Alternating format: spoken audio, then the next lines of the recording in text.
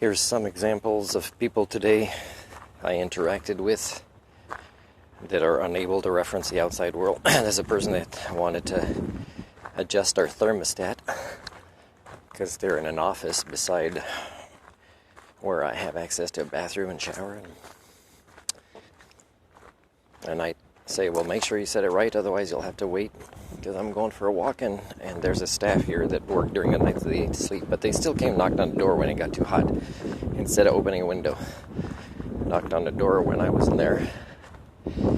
So, their own needs instead of opening a window superseded somebody who needed to sleep during the day because of a night shift.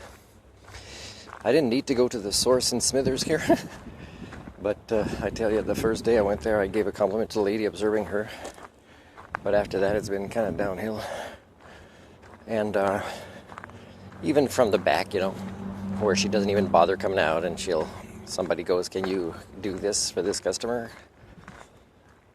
And she says no, and she could say yes and not lose the business, but she loses the business. And she knows it's me.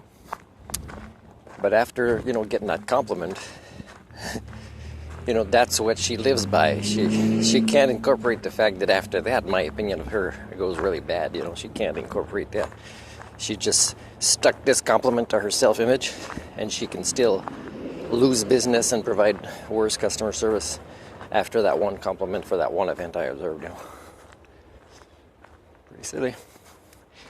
So, didn't go into the source, but next to it is an insurance place. Oh, man. Okay, so let's say after the service I received, which was not client-centered, not really. The lady says, "Oh, here's a place you can go and give a survey of, your response to the customer service if you're pleased." And then I could respond because I was trying to send her a message a couple of times at the end, and she still didn't get it.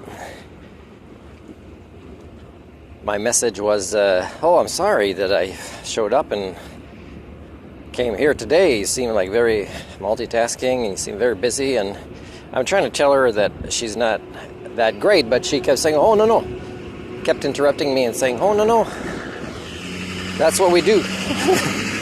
Well, if that's what you do, and let's say you're the manager, then if I do this review and it's not based on your own interpretation of the customer service you gave me, but my interpretation of the customer service I received, which is not what people want me to do. They don't want to really get the feedback about how they are, especially if they're the dominant person in that office who's very loud and make sure everybody knows how hard she's working, multitasking and all that. I don't know, she could have been the manager, but she shouldn't take on so much. And, it's not rare, in insurance offices, there's not training to be listeners, in these roles. And there's not training to give and receive feedback and how to do that. But at the end, when I was making those comments, it was about the way she made me feel, because she pretty much cut me off every time I tried to say something. And then I'd wait for her to finish cutting me off, and then I'd finish saying what I was saying, which would disprove her assumption. But never did she take ownership of these assumptions, because her self-image is so strong and it gives her such a high that she can't incorporate my existence as somebody who has an experience of her customer service. So this is examples of you guys, and it's not, I'm just in Smithers now, but it's not typical to Smithers. It's what my theory has been predicting is happening and easily measurable all around the world with our species. It's the devolution of the human brain due to a variety of human domestication syndromes. And they certainly don't just happen, these mimetics that spread and devolve the human brain at a pub after work. They happen at work. They happen when people go to these other people's jobs to receive services. So it's sad. I mean, she didn't check is there anything else, and she didn't print the things she was going to print for me. And she there's something else that I was trying to get her to acknowledge, and she didn't. And it's about me doing my due diligence. I should have recorded the whole thing, really. And it's related to, I was there for a reason. And I was there to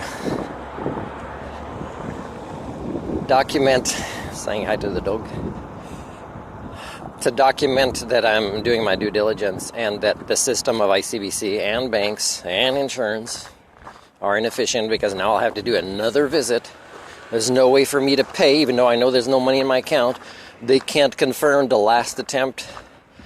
And I just told them the argument. Well, if the first and second attempt bounced, it's probably the third one will. So there's no way to do it. So I have to go back. And I'm trying to make sure, will my insurance be canceled? I said, no, it's the last payment. It'd be extremely rare that you would be. I still asked for a card, and I asked her to write on the card, what time it came and what the purpose was. So she would know, so I would have evidence, I came and I tried to solve this, so I don't have to always have additional time put on me. So if, let's say, the survey would say, was the need for your visit satisfied? I mean, it would have been satisfied more if I recorded a conversation for the sake of this science that I do for you about the human condition. But really, the answer is no, because the problem's not solved.